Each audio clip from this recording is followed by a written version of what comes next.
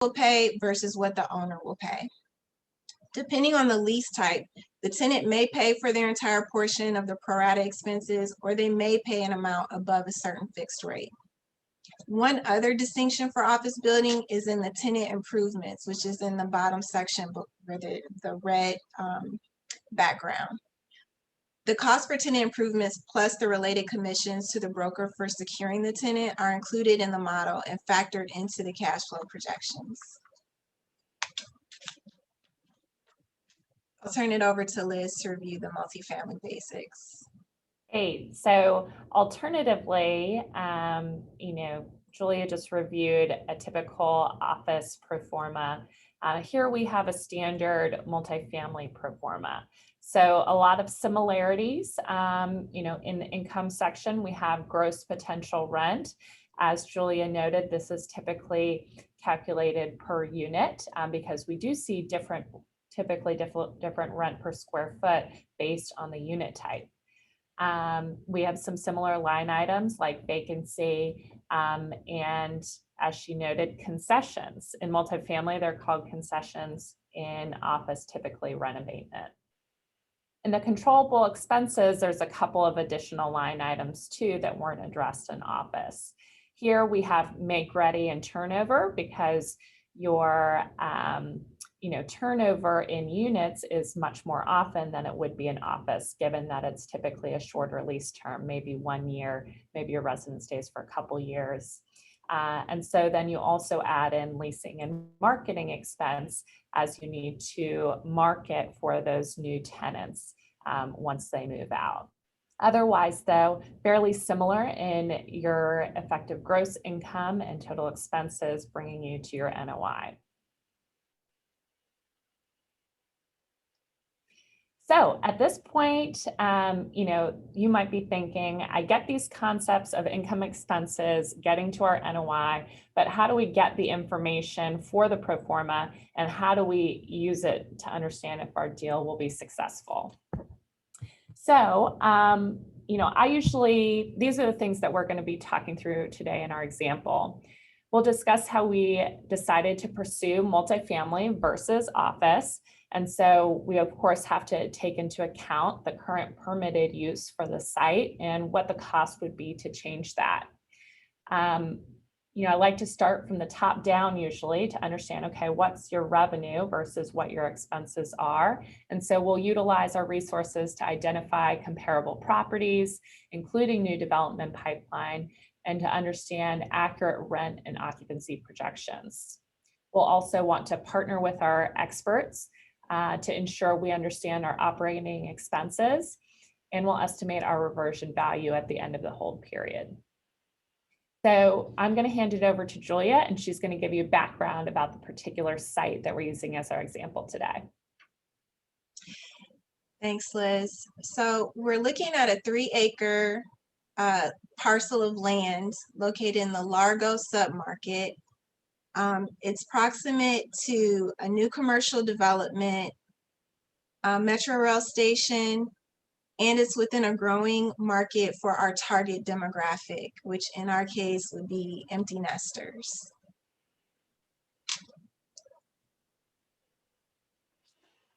Slide. So some of the micro market influences that we also want to observe are the fact that we have ease of access. Our site is located not only near the Metro Rail, but also near the Beltway, which provides us access to the entire DC area, plus some of the attractions further out in Maryland and Northern Virginia, including National Harbor, Tyson's Corner, National Landing. The site is proximate to the major employers in this area, which shields households from some of the economic volatility related to employment. Some of that volatility is encountered in other areas of the nation, but we benefit from having 15 federal agencies and as well as 7 colleges and universities in this particular market. Finally, the area where the site is located is anchored by the University of Maryland's Capital Region Medical Center. Proximity to such a massive employer will factor into our decision on how to develop the site. will want to be thoughtful about what type of building makes the most sense beyond just generating positive cash flow. The market has to support continued demand for the building's use.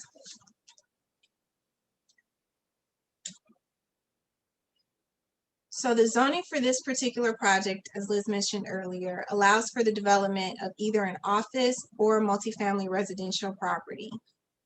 As a developer, we'll look at the potential cost and income from both scenarios. If you take a look at the proforma on your screen, it looks like an office scenario is likely to generate approximately $4 million in effective gross income and $1.3 million in expenses. So with this scenario, our anticipated net operating income is $2.8 million.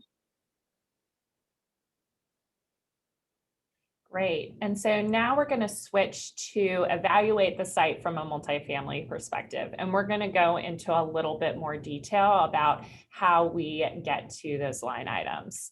So starting from the top down with rent, we want to survey other apartment buildings to understand what type of rents they're achieving.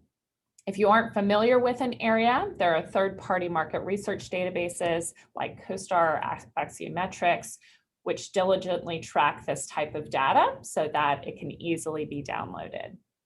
From our research, there are 3 other buildings that are comparable here to this Largo site. They are built recently, they're also mid-rise like we're planning, and well amenitized for this particular market.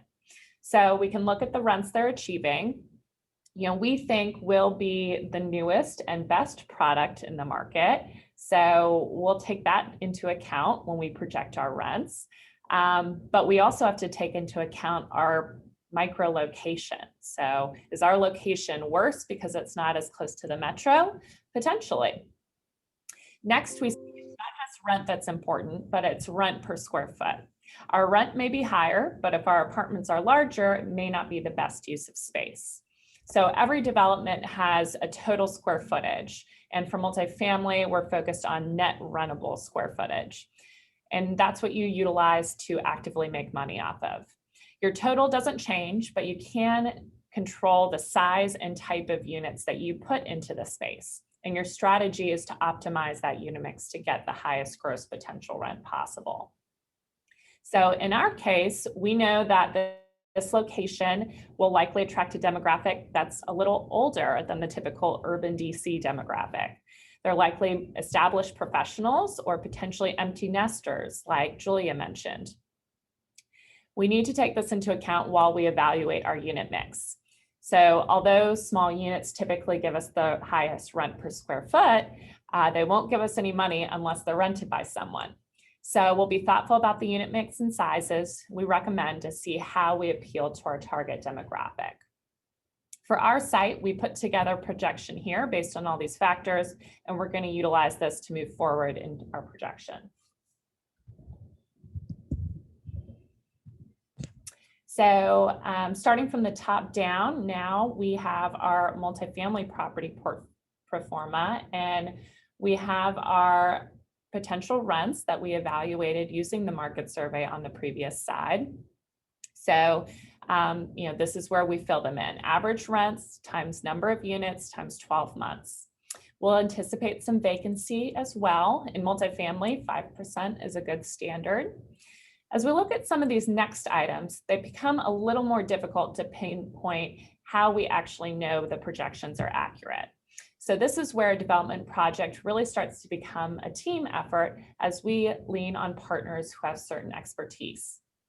So Greystar, the company I work for, operates about 700,000 multifamily units across the world. So in this situation where Julia, the developer, is able to lean into me and our team's expertise on what it costs to operate a property. She needs expenses for a mid-rise property. And so sure, we operate about 50 of those in this region. So we'll make accurate recommendations on other income and expenses. This ensures that when the property delivers, the team that is managing it is accurately able to achieve the budget. So as a team, we put all these items together, and all of a sudden we have a conceptual proforma that's a real mathematics equation.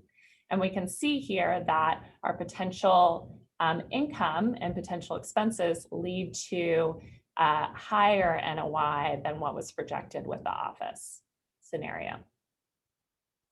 I'm going to pause for just a moment. We did have a question from Kelly.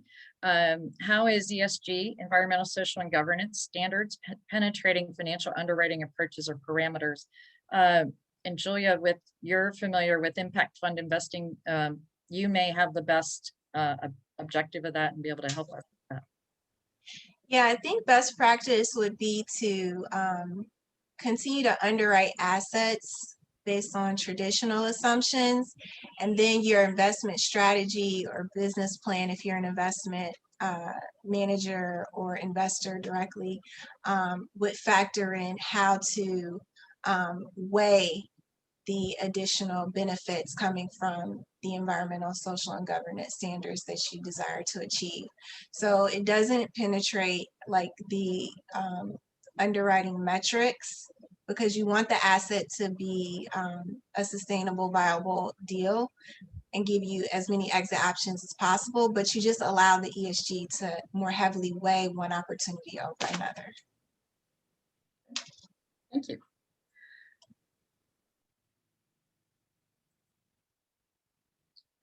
So as Liz mentioned, in looking at the two NOI proformas, as you saw, the income for the multifamily was much higher than the office development, but that's only part of the picture. You know, that might tell you, oh, well, then we're going to do that. But you have to look at the cost that it's going to take to produce each asset to generate that income.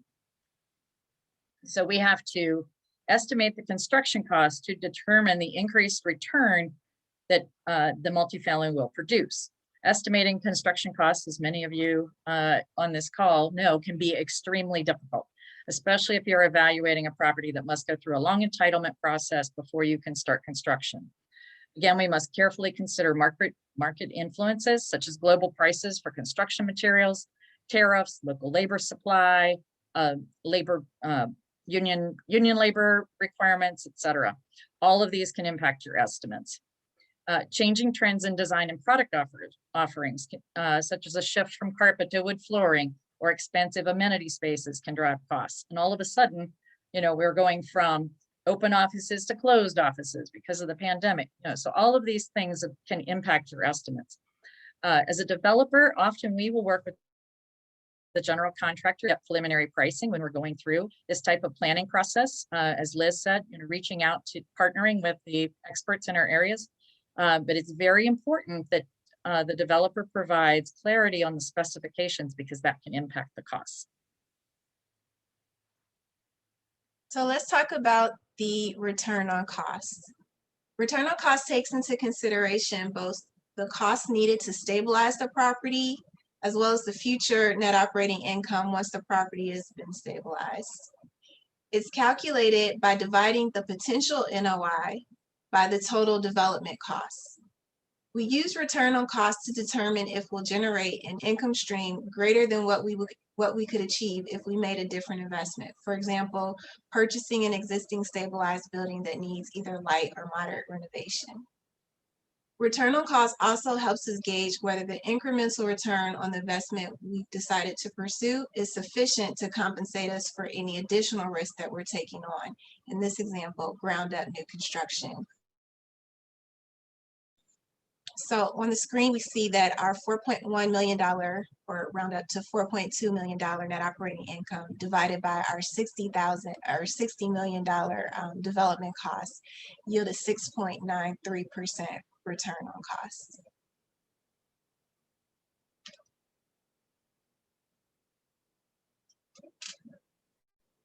All right, and now we're going to see another way that we'll utilize net operating income, or NOI.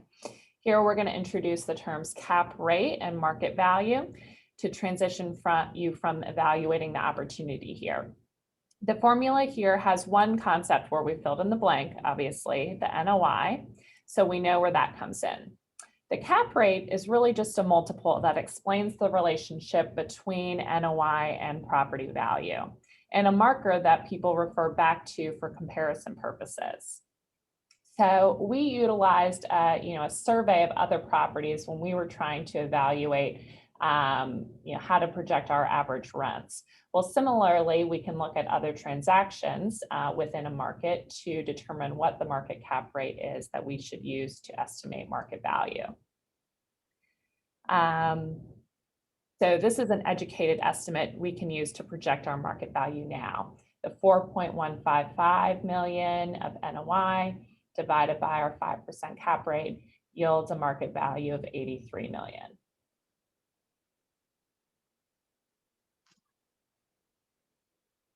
Okay, we're going to do our first breakout session, but before we do that, there were just a couple of questions. First was, what is a typical bad debt expense or estimate for office and for multifamily?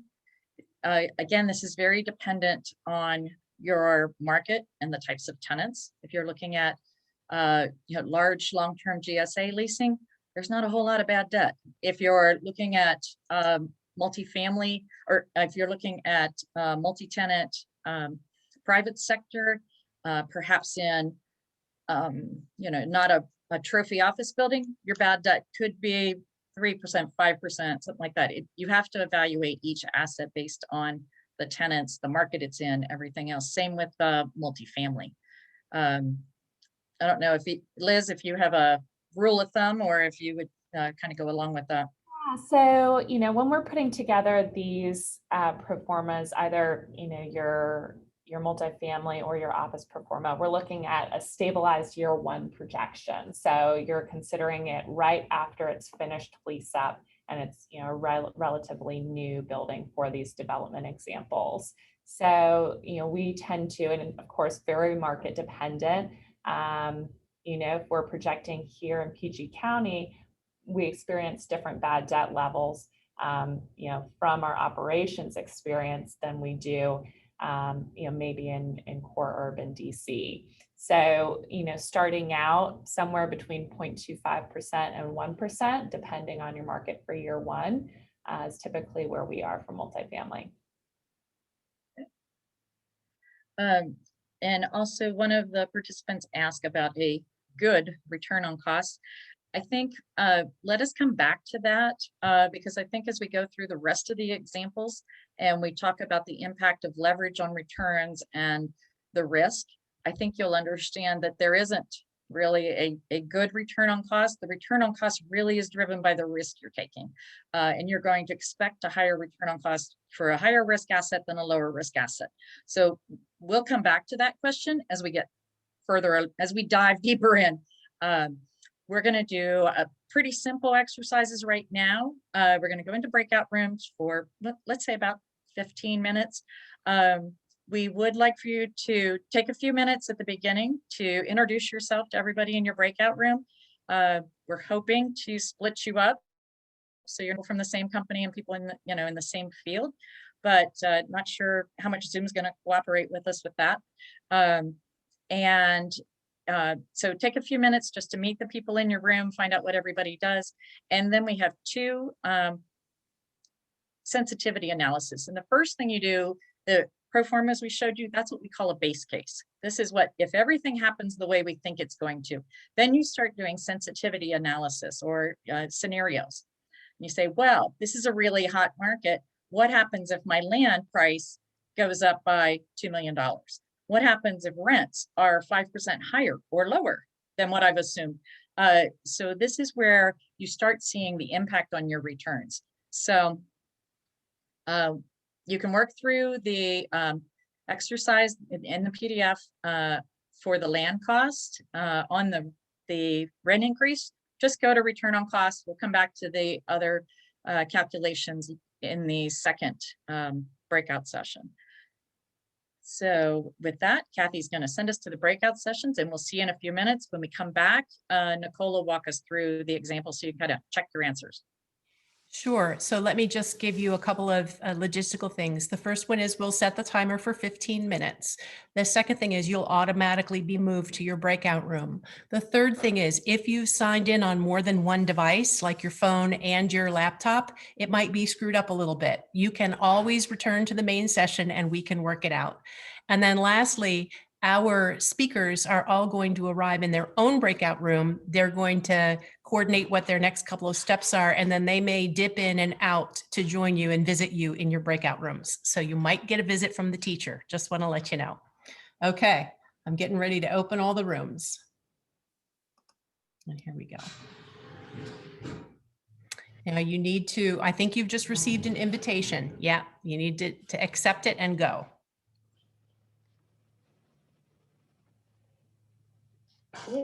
Invitation.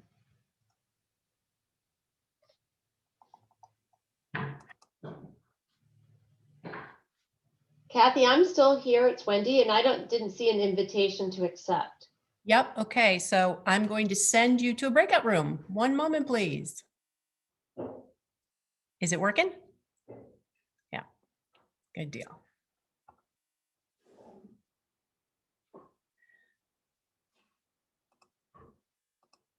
I messed up early on. Oh, no worries. I was like, I'm just gonna ad lib and go with it. Macro influences.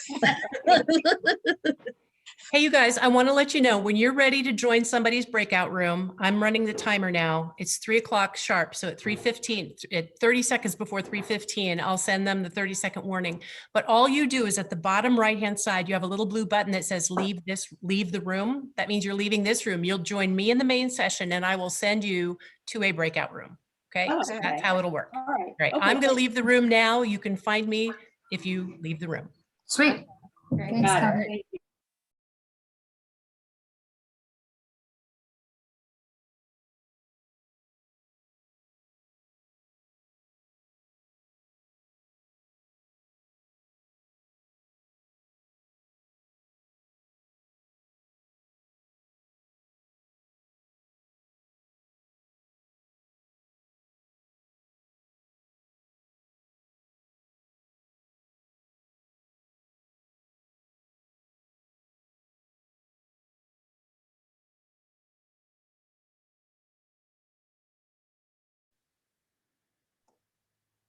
Okay, You're so back. you're all back. So I'm going to send you each to a different room. All you have to do if you want to leave that room is click leave the room. Just make a note of which one I sent you to, whether it was Oh, two, okay, you're going to go back to 2 or to a different number. I'm just going to send you each to a different one now. Okay, that's fine. All right, let's see if perfect. I can do it.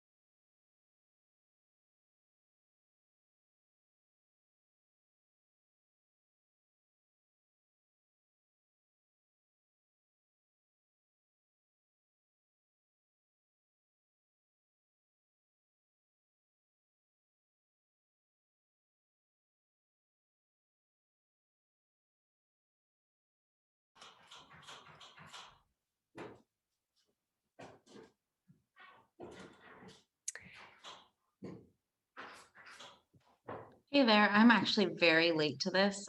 Is it too late to join in? And no, it's not too late to join in. I'm just going to shoot you right into a breakout room. Okay. Just join in, say, hey, you're late. And it's 3:00. So we're about halfway through. I think you definitely, did you get all of the handouts in advance? I did, yes. Yeah, right. my last meeting just ran so late and I've been late to every single meeting today, so I'm a little frazzled. But yeah, I'll catch up. Please don't worry about it. I'm going to just send you right into room 2. Here we Okay, go. perfect, thank you.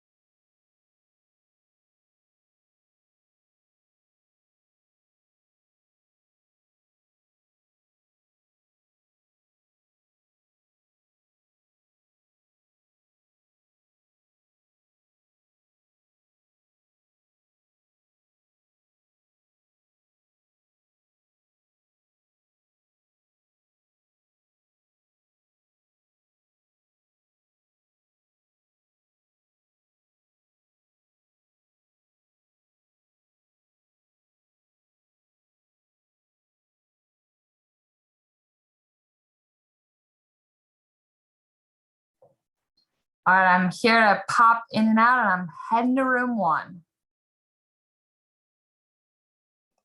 Hang on a second. You were in room 1 with the I others. was in room 2, right? Oh, so, okay. So room 1 is where the speakers were. I didn't put you in there? Oh, I was in there. Okay, so the rooms that Steph gave us don't match because we were room 1. Okay, so Yeah. responsibilities were room 1 and 2. So is that actually 2 and 3? So let me see. Hold on a second. Right now. I'm sorry, Kathy. No, it's okay. I know the problem is people don't sign in with their proper names. And so it's really hard for me to put Totally. it together the way you guys had all hoped. No, But we're good. okay. So I can send you to a room without a speaker, and that would be room 6. Is that okay with you? Off I go. I love it. Okay, off you go to room 6.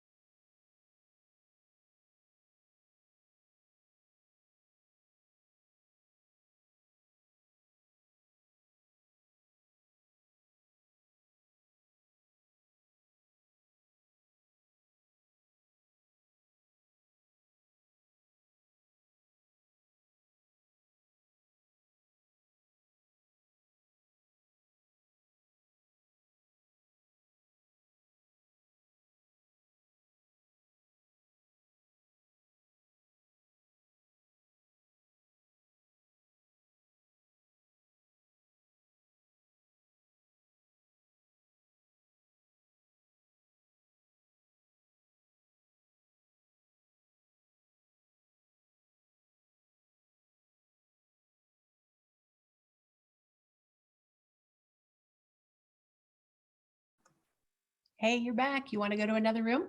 Room 6 is doing so great. Good deal. Okay, then I'm going to send you now to, you know what, I'm going to send you to room 9. They don't have quite as many people. Okay, how So- many minutes do we have left? You have, it looks like you have 4 minutes left. Okay, sweet.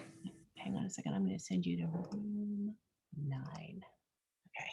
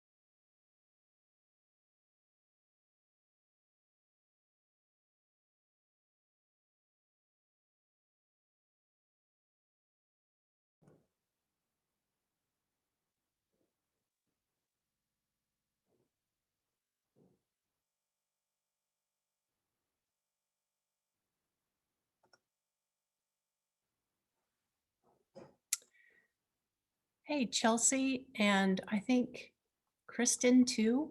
I see you just joined us. Are you rejoining? Did you get I'm booted out? rejoining. Hi, Kathy. I got bumped, but I'm actually I'm in the car. So if you want to leave me in this room, if that's okay, I'm happy to stay here until we come back. That's fine. You got, it's 60 seconds until we close the rooms anyway. So Okay. you're good. You're I'll good. just hang out here. Thank you. Sorry. Uh-huh, Yeah, you got my it. my connection just dropped. Sure.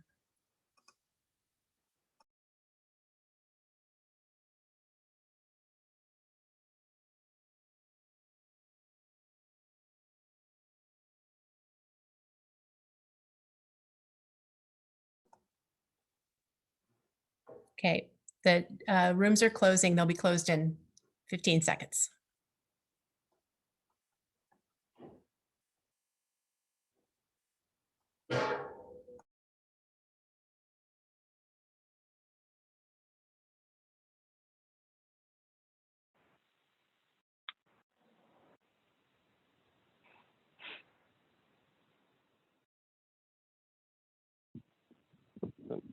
I lost audio.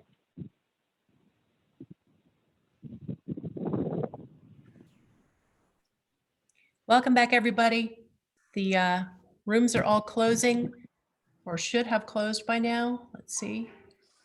Yep. And we have 60 or so people still with us. That's what it looks like. So back over to you, Steph. I think you can start sharing your screen again. I think it's me, right? Okay. Yeah. Yep. Okay, great. So we're going to start with a review of the question on a rent increase. So we're going to quickly do this through an Excel model. You guys kind of get the back engineering here. So work with me. We can play around with some numbers. But we wanted to show you quickly how these all interplay and how we look at it. So everybody's blank PDF page looks something like this, right? And I have this all kind of teed up and ready to go. But what we want to show and what I'll quickly go through is if this number, this $2,000 a month number is increased by 5%, everyone's got rose-colored glasses on as it relates to where they think rents are going to go. You want to take a look at how that flows from the $2,000 a month to your total rent down to how that impacts your NOI and what that's going to do to the return on cost, to the cap rate, or to the market value that we've reviewed in earlier slides. So I am very easily just going to add times 1.05%. It's as simple as that. There's a lot of different ways to get there, but let's say that's the big change. So your top total rent becomes 6.451 million. And then if we scroll down, we have our new net operating income. So 4.466. And I'll just pause and make sure that we're speaking slowly as folks are working through their data. And then the question becomes, okay, we're going to take the same cap rate at 5%. And what does that do to value? So let's see if I can actually just work it through itself down here. Here we go. So our new NOI was 4.46 divided by 5%. That's a new value of 89.2 million. So what you're looking at here is your rents increased by 5%, but you've created $6 million of new value here. And that's what we want to start to consider. That can go up, that can go down. There can be a lot of different factors that impact that. But that's the idea of how to look at a pro forma and how you're evaluating risk. This could change, as Liz said, right? Bad debt could be much higher in a particular building, in a particular market, and you might need to consider this 16,000 offsetting your total rent differently. So these are the kinds of questions we encourage you to consider when you're evaluating risk and a potential investment. Right, so I'm going to take a deep breath for everyone, and we're going to move on to land costs.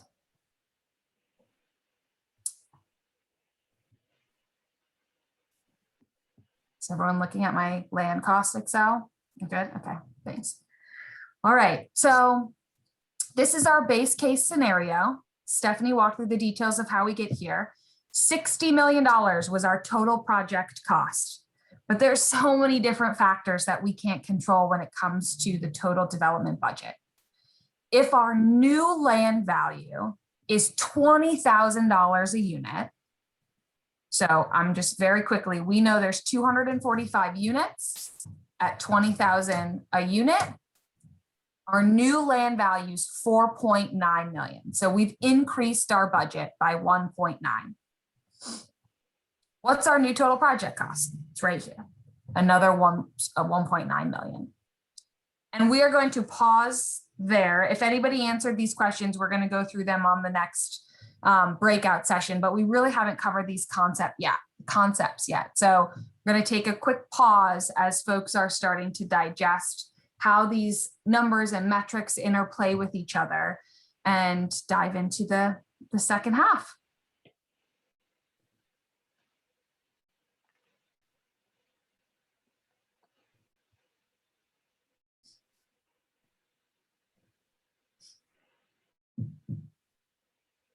So we've been awarded the deal, And now we want to look at how to pay for it.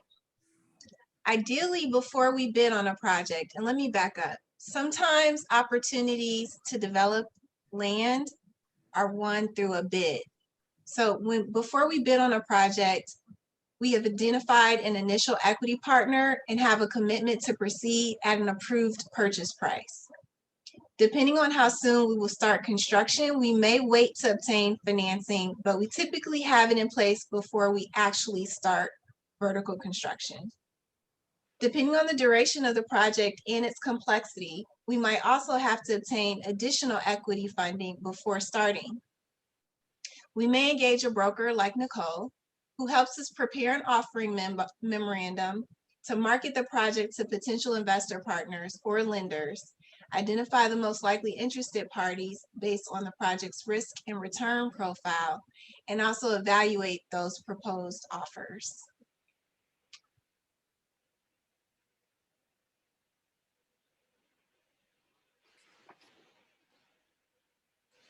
I'll turn it over to Nicole. You want to switch slides? Sorry about that. No, that's okay. So as we're looking at different components of how to capitalize these projects or put the money together, very quickly, we want to review what a capital stack is as we dive into some of the more granular concepts. To put it simply, a capital stack is the combination of any number of sources of capital that are going to be used to develop or buy an asset. This can be senior debt from a bank, a life company, can be mezzanine debt, preferred equity, joint venture equity, a number of different sources. But I like to think about this on the screen. You'll see a rectangle as filling up the stack. This stack here is filled from bottom to top, where folks will fall on the risk spectrum. The bottom of this stack is representative of the money that goes into the project last and is paid back first and is therefore the least risky, right? So senior debt on the bottom goes into the project last and is paid back first and is therefore the least risky. So as you move up the capital stack, the position becomes more risky and therefore more expensive. So the rate on your senior loan is going to be lower than the rate on your mezzanine loan because your mezz lender is taking on more risk because they won't get paid back first in exchange for taking that risk. So very simply, that's how we look at the toggle with the capital stack. So when you're starting to think about what kind of debt you're going to get on the property, it really depends on the specific product types and or the loan term that you're looking for, the length of the loan. So for example, life companies provide permanent loans on stabilized properties. Freddie and Fannie, they provide permanent loans on stabilized multifamily product. HUD provides loans on multifamily, and it's usually construction to perm loans. Commercial banks, which is what I'm with a commercial bank, they provide construction and mini perm loans. CMBS lenders provide longer term loans at higher leverage. Community development financial institutions, or CDFIs, they function similar to commercial banks, but they can also offer more flexible lending terms since their focus is on community development. And then you have bridge lenders, and they provide loans on properties that need time to reach stabilization so that then they can get a permanent loan. Okay, so we're going to take a minute to talk about the concept of leverage here. Leverage just means taking on any form of debt to increase your purchasing power. Most players and owners in the real estate space are in fact leveraged buyers and in some way or another use debt. Think about that in relation to a home, right? If you're buying a house, let's round numbers, assume that house is $500,000. Most buyers don't typically have $500,000 in cash laying around, but they leverage their position with a loan and will only need 20%, 10%, in some cases even less of the total value of that $500,000 home in cash. So let's look at how that leverage concept impacts this particular development. So we've made an assumption here that we can fill up our capital stack at 65% of the total development cost, right? So that's what we call 65% loan to cost in the form of a construction loan, hopefully from Barb. That then leaves us with the 35% of the remainder of the stack to fill with another source of capital. In this case, we've assumed that it's our equity, but I do want to make a sidebar that 35% can be split with general partners, limited partners, preferred equity providers. That 35% doesn't typically come from the single developer. Call that the 200 level course, but we want to make sure that everyone is aware that you can continue to tranche out different risk profiles within the capital stack. So here, that 35% development equity on a $60 million total development cost means that you're going to come to the table with 21 million because you're 65% debt. You don't need the full 60. So we'll continue to move through these examples in the impact of leverage. So if we look at, perfect. If we look at these two columns, let's look at no leverage. This is a concept and a number that we've covered. It just looks, it looks different here in a different equation. Total cost of our development is 60 million. Our NOI, same number that we saw in the base case, is 4.155 million. We call that number our return on cost. Sometimes people lovingly call it a ROC, right? In this case, 4.155 divided by 60 is 6.93. But let's apply leverage to that same scenario. So you know you have 21 million in equity that you have to come to the table with, right? That's the total cost less the debt equals the equity you're coming to the table. You have the same NOI, it's 4.155 million. But now you have to factor in the cost of borrowing that money from the bank and subtract the debt service owed from your net operating income. So in this case, we've applied an interest rate of 4.75%. So that's your $39 million in debt times 4.75. Your debt service is 1.82. And you now have to subtract that debt service from your NOI. You have a $2.3 million cash flow after debt service. But if you've looked at a 6.93% return on cost, that's your NOI divided by the total cost. Now look at your return on equity. You have 2.3 million divided by the $21 million you put in. Your return on equity is now $10.96 million. So leverage is not bad. There's certainly too much leverage and there's certainly leverage that's too expensive. But there's a really powerful effect that this can have on your overall development, risk profile, and metrics to the deal. So the biggest question that most people have now is, where the heck do I get this money? How do I find the loan? So you can go to your bank, you can engage a broker. Barb mentioned there are so many different types of lenders that can provide capital on different types of assets for different business plans and different goals. But oftentimes you'll engage a broker or an advisor to put together a glossy summary of your financing memorandum, and we'll go to the market to find the perfect lender, whether or not that's a community-driven loan through Julia, a typical bank loan through Barb, or a number of different other sources.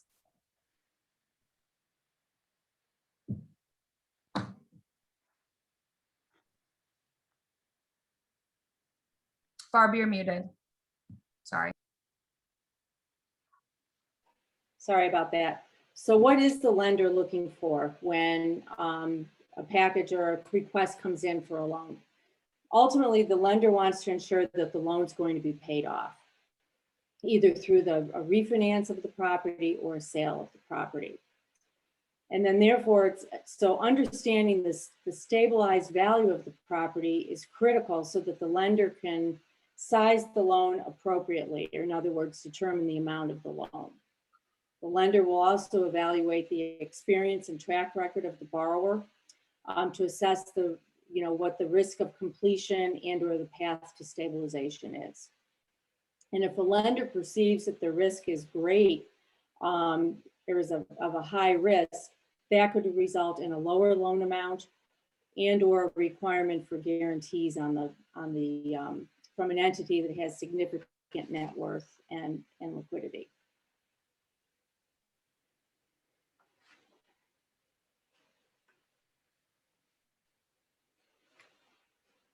So the lender will underwrite or analyze the borrower's pro forma through a thorough vetting of all of the assumptions. And then the pro forma will also be substantiated by the appraisal that the bank will order. So some of the different assumptions or metrics that the lender will go through. First of all, what will be the maximum loan to cost? And that's just the loan in relation to the cost. Which says, so in this case, we have $39 million loan. I'm sorry, that's for the value. For the cost, we have a $39 million loan versus a $60 million cost, which results in a 65% loan to cost. When measuring the loan to value, that's the relationship between the loan amount and the value of the property. Again, it's $39 million loan, and we have an $83 million value that we had talked about earlier, which is a 47% loan to value, or LTV. And then do you want to go back to, let's see, the previous slide, just so I can go through some of the other metrics? Okay, that's great. Thank you. Sorry about that. So we look at the loan to cost and the loan to value. We also look at what the debt service coverage ratio is. And that's generally 1.25 times to 1.5, and we'll get into how that's calculated in a minute. We also look at what the minimum debt yield requirement is, which is generally 7.5. It's a little bit higher than that these days, up to 10%. And then we evaluate the assumptions that the borrower has made in terms of the exit cap rate, if the term of the loan that they're requesting is appropriate, what kind of amortization they're using, and what kind of interest rate assumptions are employed. So I think we can go to the next slide for the debt yield ratio. So what this does is this just provides a measure of the risk that's independent of the interest rate, the amortization, and the market value. So it's a very simple calculation. You take the net operating income and you divide that by the loan amount, and you have a debt yield of 10.65% in this case that we're talking about. A lower debt yield indicates that there is higher leverage on the property and then therefore a higher risk. Conversely, if there's a higher debt yield, that indicates lower leverage and therefore lower risk. This is used to ensure that the loan isn't inflated, the loan amount isn't inflated due to low market cap rates or low interest rates or high amortization periods. The debt yield is also a common metric to compare relative risk relative to other loans. And then on the debt service coverage ratio, this is another measurement to evaluate the risk based on the loan amount. So in this case, this is a relationship between the net operating income generated by the property and the required debt service on the property, which is in this case, we're looking at interest only and not including any amortization. So in the case we're looking at right now with the 4.1 million of NOI versus a 1.8 million of debt service, we have a 2.24 debt service coverage ratio, which is pretty healthy. That's a good thing. And again, this measures the current year cash flow available to cover the debt service payments. The one thing we should point out that it only includes income and expenses from the operations for that year. It doesn't include any sales proceeds, loan principal pay downs, discount values or expenses from another period.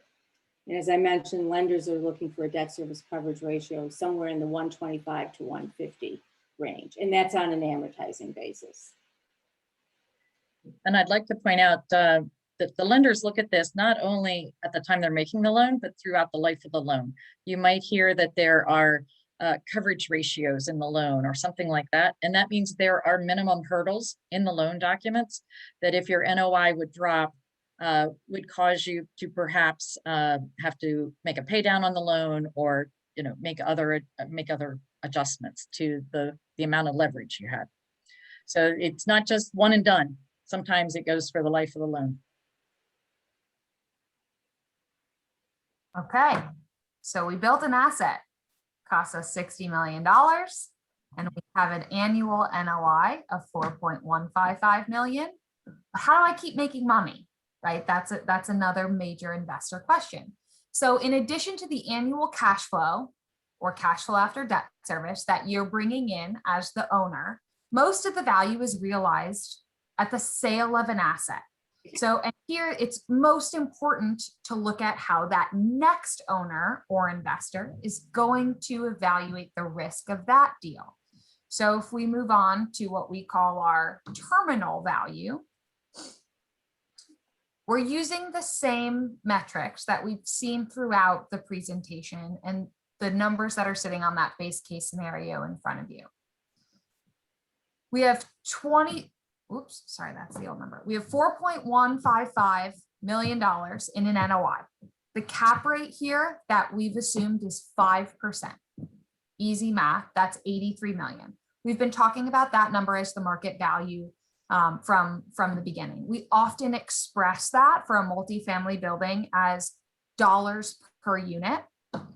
But here, we've now established a market value. We've now established the cost to build it. Let's go back to Ashley's first question on the next slide and evaluate how we need to compare those numbers.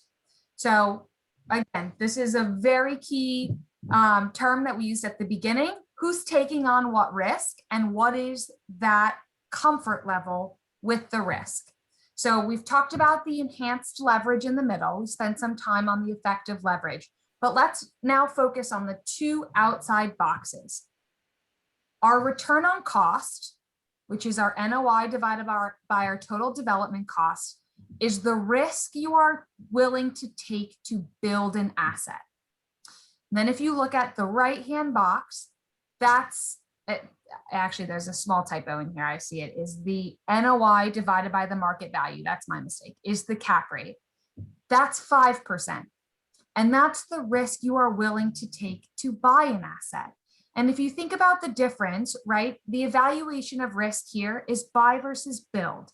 Developing is inherently more risky. There's environmental risks, timing risk, cost risk, market risk. And therefore, it's up to you as the developer, whether or not, or I'm sorry, as the buyer, whether or not you'd rather take on the 5% cap rate or return on an asset that already has an income stream. So we use the spread between return on cost and cap rate to evaluate whether or not that risk is high enough. So that's a consideration for each individual owner, investor, equity partner to make along the way. So Ashley's question was, is there a right return on cost?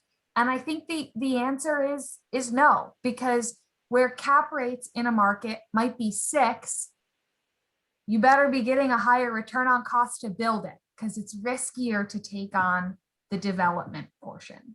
So that's how we want to encourage folks to start thinking about how these numbers come together, is the risk you're taking in each case. Okay, I hope Nicole's last slide helped kind of pull all this together. I know that last 20 minutes, we've been through a lot. It got kind of complex there. But now that we've covered leverage, we're going to go back into the breakout rooms and we're going to do another exercise. And I think this is with regard to interest rate increases. And I think this will also demonstrate how one small change can have such an impact on so many different metrics that you're looking at. You know, it will impact your debt payment. It will impact your debt service coverage ratio. It'll impact your return on equity. You know, so we just want you to kind of understand how one small change flows through the model. So we're going to give you probably another 15 minutes because this is a little more complex. If you didn't have time to finish the other exercises last time and you want to continue down on that one, you can do that too. But so we'll send you back to your breakout rooms, and when we come back, Nicole will walk through this one. Okay, everybody, you're going back. If this works right, you're going back in with the same group, except to the degree that someone may have had to leave the class early. Again, any trouble at all, join us back here in the main session and I'll help you work it out.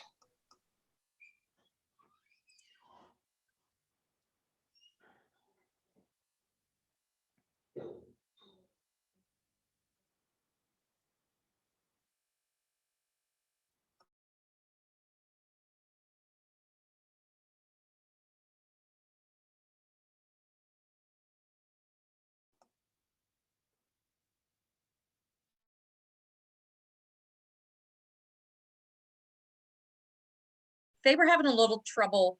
It is definitely harder to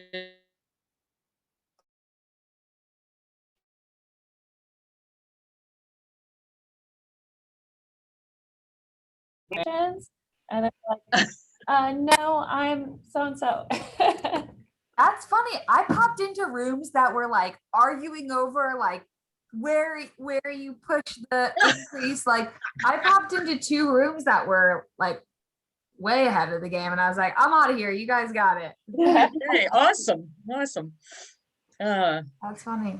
Okay, you Well, I guys, so guess- as before, chit chat as long as you want, but when you're ready to join other rooms, just hit leave room and then I'll send you out again.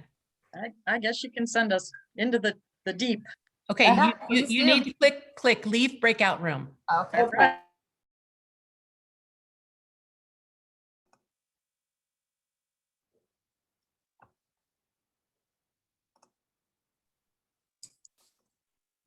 Kathy, can you assign me to a room? Yes. Hi, is this Cal? Yes, this is Cal. Okay. I was in room 6, I think, last. Okay, hang on one second. I'm having a little trouble getting all my different screens back. I know they're here somewhere. Sure. Hold on one second. Let me get my rooms.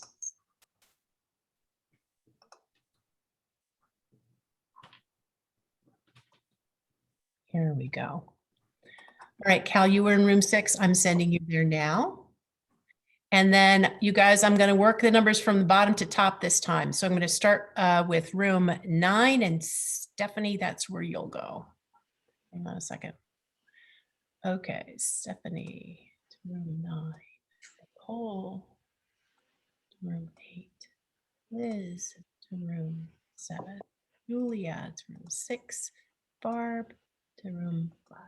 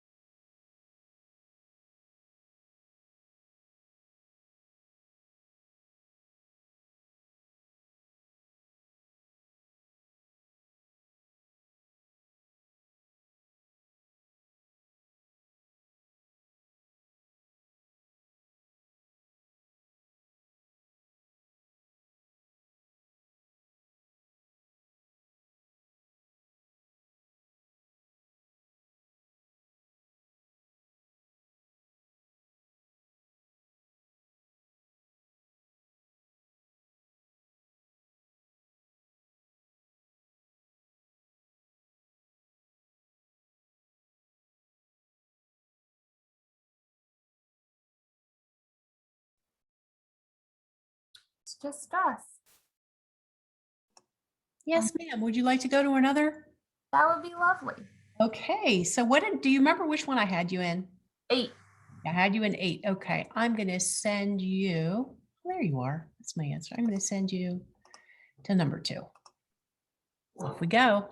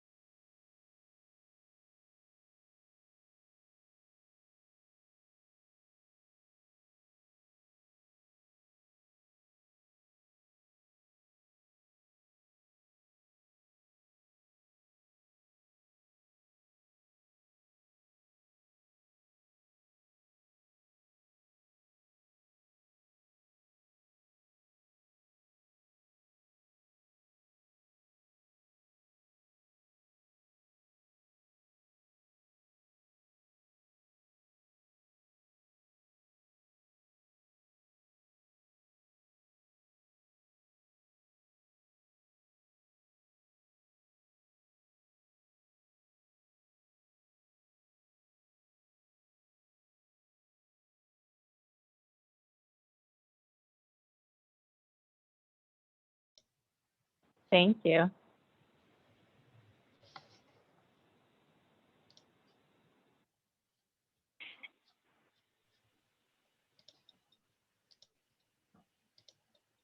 That really 15 minutes? Whew. I know, that was quick. I wasn't even looking at the clock. I got cut off mid-thought and I apologize to the group I was in.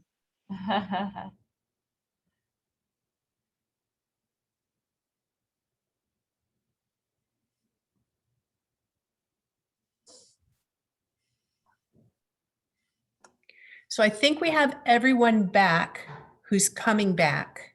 Okay. We've got about 50 people still on the call, which is awesome. And you guys can take it away. So we haven't scared everyone away yet. That's good. We'll let Nicole walk through these last couple. Sure. Okay. So we've talked about how different metrics will change our overall ways to evaluate risk. Here, we want to focus on what happens if interest rates increase. So does the same base case model that we've looked at from the onset, right? So we're back to our $3 million land value for a total cost of $60 million. The question is simply, not simply, but the question here is, what is our new interest-only debt payment if our rate is 5.75%? So it was 4.75 in the base case that we looked at. So we are now taking, show you how this is calculated, 5.75 times the same loan amount we've contemplated at 65% loan to cost. So it's 5.75 times 39 million is a new debt payment of $2,242,500. Very quickly, I can toggle and show you it was 1.82. It's now 5.75. That's the delta, right? And that's what we want folks to consider, is how interest rates will impact this debt payment. So moving down to the second question, what is your cash flow after debt service? CFADS, there's no fancy way to say that. What is your cash flow after debt service on the 575 rate? So here's what we're looking at here. Your NOI did not change, 4.155 million, but your debt payment did.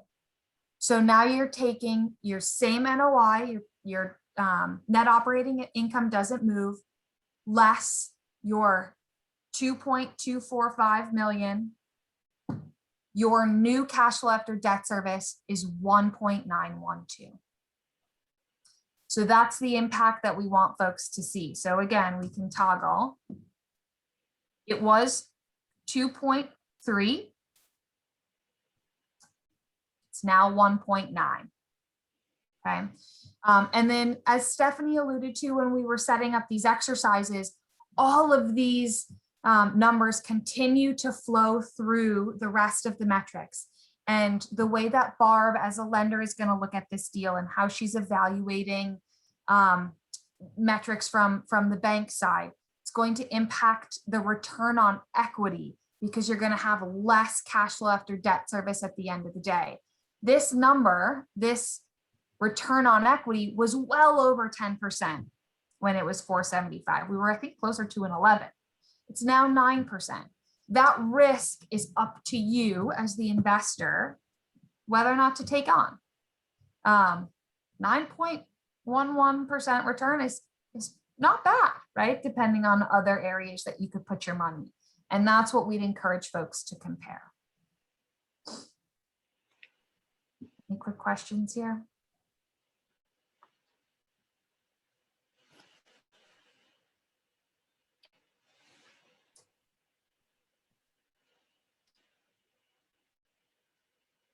One thing I can do is I will go back. Nope, go ahead. Go ahead. No, I can go back to our land costs. We had two more questions down here. If you are looking at these exercises, maybe at a separate time or date, we're happy to walk through these with you separately now. Yes, the Excels will be sent out. I might have some cleaning up to do with all this stuff on the side.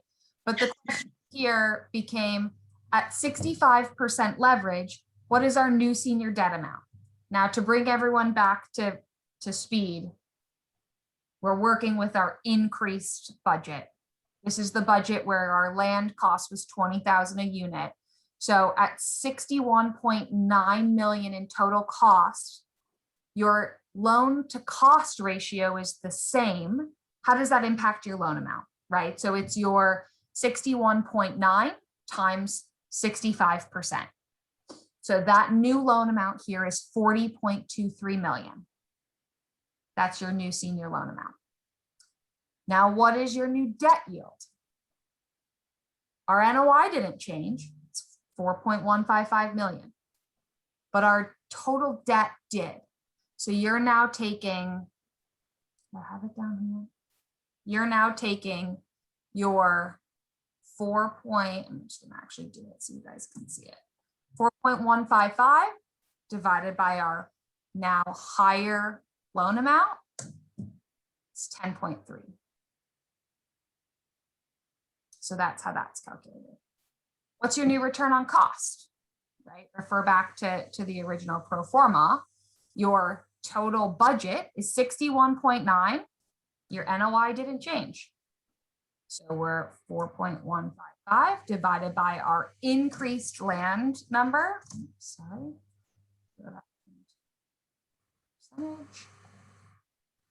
6.71. So the way in which we look at how these numbers relate and play and toggle is how we evaluate risk.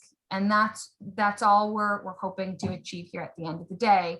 There's no right or wrong answer. Rents might increase by 10%.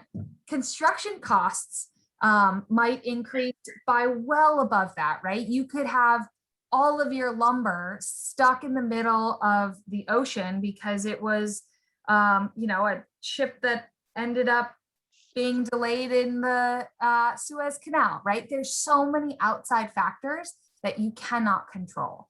And we encourage you to think about the risk that you're taking in order to make money based on these projects. In no way are those risks bad.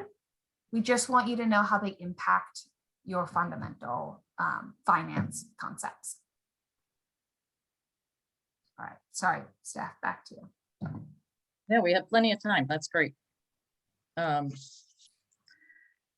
just, I think just to kind of wrap up what we've covered today, we looked at all the components of a pro forma, and you have those now. So, and then we took those pro formas and we defined several valuation metrics, and we walked through where those numbers come from. And then we discussed how those valuation metrics help us evaluate risk and return. And that's what it's all about in real estate, is risk and return. And now we've done some scenario analysis, and we've demonstrated how very small changes in assumptions, such as interest rates, project costs, cap rates, and NOI, can have substantial impact on those financial metrics. So we hope this has given you at least a base understanding of how all of this analysis impacts projects. It may be projects at the company you work for. It may be projects that your clients are working on, but we just wanted you to understand the basics, and maybe this will then help you, ask more informed questions or take the conversation deeper now that you have this base of understanding. And we're happy to answer any other questions. We're not out of time yet. Anybody wants to stay, you are more than welcome to stay and ask questions, or reach out to us afterwards. And we really appreciate you taking 2 hours on a beautiful sunny afternoon to sit and talk with us about something as boring as real estate finance. Hey, Stephanie, may I launch the final opinion poll before everyone signs off? Okay. Yeah, rather than sending you guys a follow-up survey, like what do you think? We're going to do it right here. So, give us some feedback. If there's anything specific you want to ask, or if you, programs you'd like to see in the future or things like that, put those in the chat, because the poll doesn't really allow us to do anything other than 1 through 5. Right. And it's anonymous. So please be honest. We all really want to know how we can improve. And so the polling is anonymous, and we're very open to feedback. And someone mentioned, yes, we will get the Excel spreadsheet. We kind of had it only for our use, but we'll clean it up a little bit and give it to Kathy, and she can email it out to the participants. And if you missed it before, there's a PDF glossary that was in the original email that Kathy sent with the Zoom link, as well as the exercises. So hopefully you will have time to kind of sit back and mull those over a little bit, and the slides, and maybe that'll help cement all these concepts. We know you really, we've laid a lot on you, particularly if this is not something that you do on an everyday basis. Green, I don't know if that is possible, but I think that is a great suggestion. Screen sharing. Hey, Steph, if I could suggest, you might want to stop your share screen and then we can see everybody full screen. I'm going to remove all the spotlights so people can have the big view. And we've got a few more minutes. I'm not going to speak for the group, but happy to sit around and answer any questions or dive in any more to concepts that anybody wants to discuss.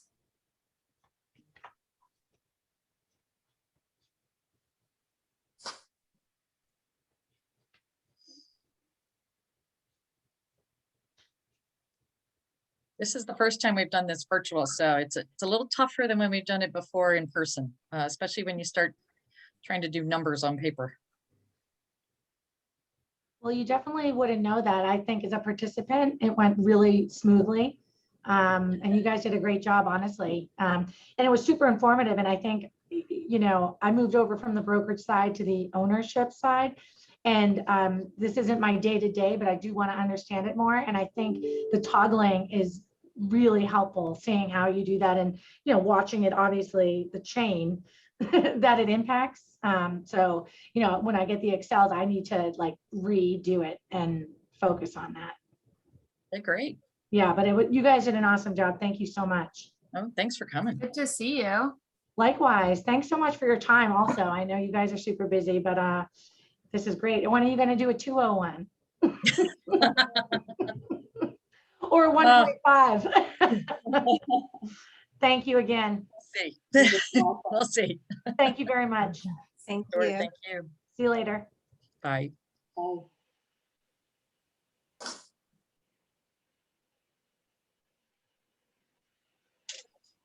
I think the spreadsheet will help with a lot of this to like play with it, see how the moving parts move with each other.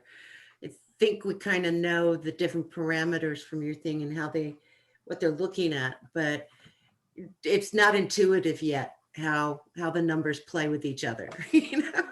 Sure. Yeah. Yeah.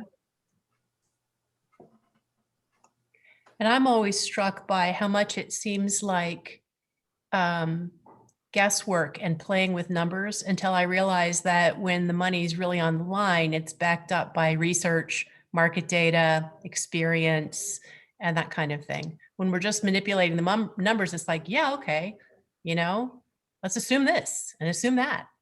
But reality requires a lot more detailed understanding of the market. Yeah, and someone asked a great question in one of the breakout rooms about factoring in whether it's investors or the end user, the renters, their emotional investment in their decisions. And that goes back to the market still. Even though they're individuals moving based on their own needs and emotions, there still tends to be this market trend that we as the you know, financial folks would use to inform how we make our assumptions and how that translates to the metrics that we use. And lenders, they want to get in behind the numbers, understand how those numbers were arrived at, to make sure there was no emotion involved in coming up with a decision whether or not this is a good project or not. Yeah, developers are notoriously the optimists Yes. in the transaction. The lenders are notoriously the doom and gloom. And then there's everybody else. Right. Somewhere in the middle is where your base case should be. That's right. All right. That's when asset management has a job. We're somewhere in the middle. That's right. Right. That's it. Oh. I had a question. Based on on what we saw, the developer came with 35% equity. Is that a good metric? Is that what a lender would like to see compared to on the residential market? You look for 10 to 20% equity. Yeah, the lenders do like to see that amount of equity in a project, particularly a ground up construction. If it's an operating property with good cash flow, We could probably go a little bit higher on the loan amount in terms of the loan to cost, but 60 or 35% equity is a good number these days.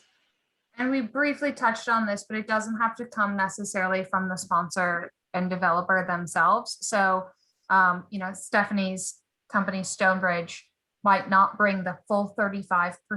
Instead, they'll bring a lesser amount and bring an equity partner in to support that position.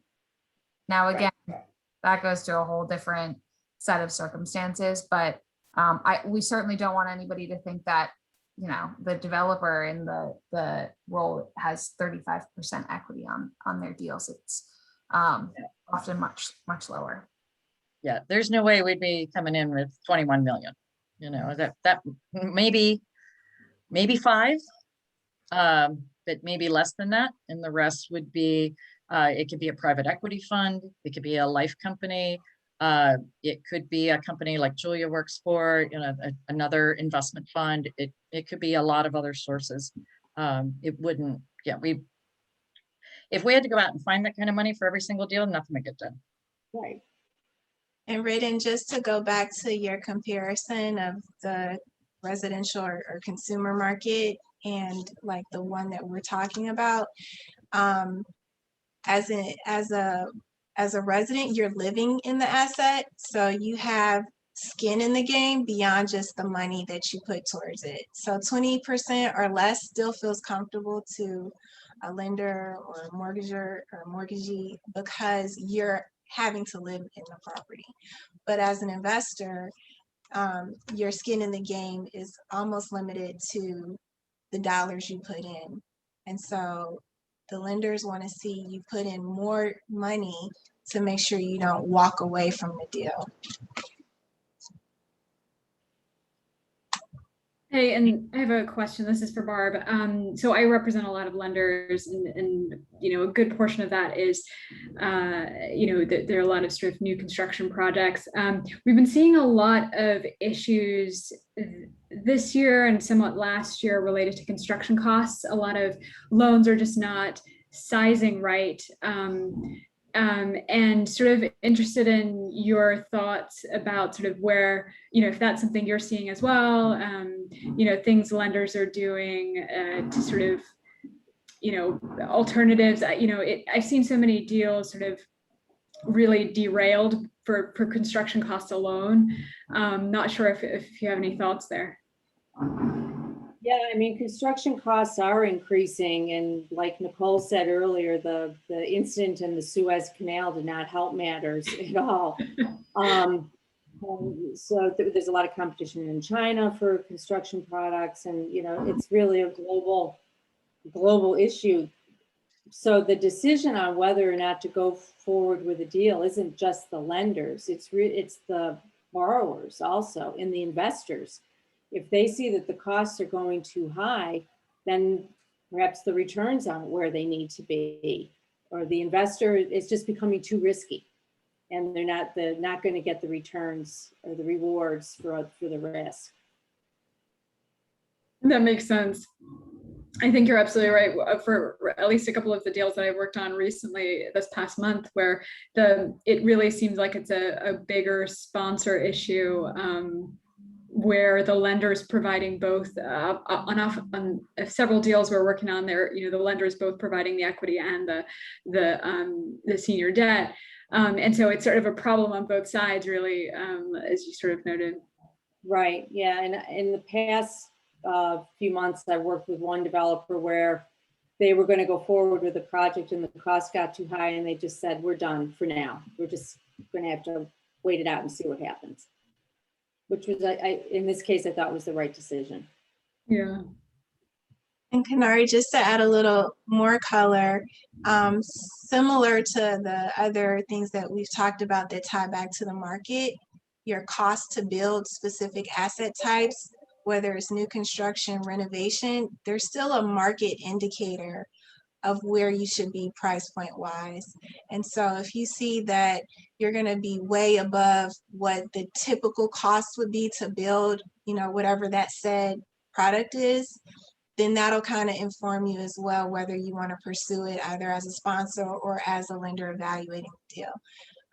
It's like another way to gauge the risk. That makes sense. I apologize. I had a quick question. First of all, thank you for the event. I really learned a lot. It was basic information, but very detailed. In class at the GW, we learned that in financial management that the process for picking stock and corporate investing is pretty much the same, and that was what was flashing through my mind as we went through the exercise. So my question is this?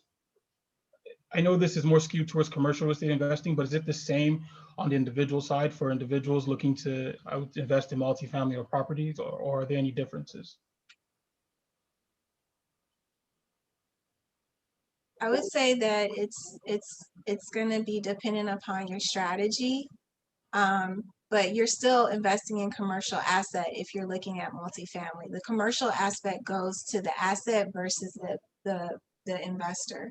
So as an individual, you'd still want to look at these metrics, but going back to I think Nicole's point at the top of the call about the different types of investors, it's about your individual strategy. So you may not be managing to a larger portfolio, so you may be able to take on more risk because it's worth it to you to get the higher income or returns. But I'll let other folks speak to that too. Yeah, I think the only other element I would say to that is if you are an individual investing, you don't need to prove if you're lucky enough to be in that position, you don't need to prove these metrics to other parties the same way like an institutional investor does. I mean, you would likely have debt, but I think the individual investor is typically in a little bit different position and probably more cash flow focused.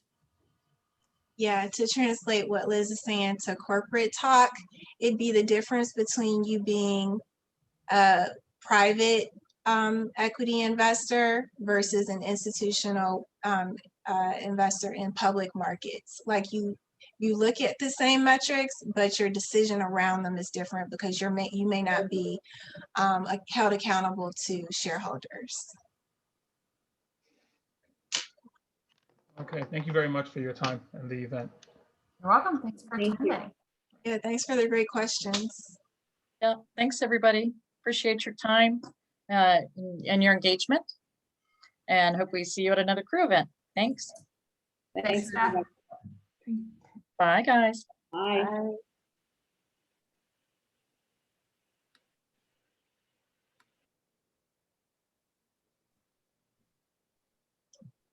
Kathy, I don't know if you're just gonna hit end, but your like leadership on a Zoom call is like none other. Oh, really? Thank you. I have to say, I'm sorry that I didn't think in advance to give everybody the ability to share screen, because it didn't occur to me that they would need to do that in breakouts. And, usually you don't offer that. But anyway, that's great. I'm glad you liked it. I thought. I don't know if it's the cadence of your voice, but I don't know. I think it's awesome. And yeah, I mean, who would have thought? That's why we sent out the paper. We didn't want to send out Excels and all that stuff. I think it was great. Yep, right. And I just want to say too, I think you have a way of explaining these complex issues around capital stack.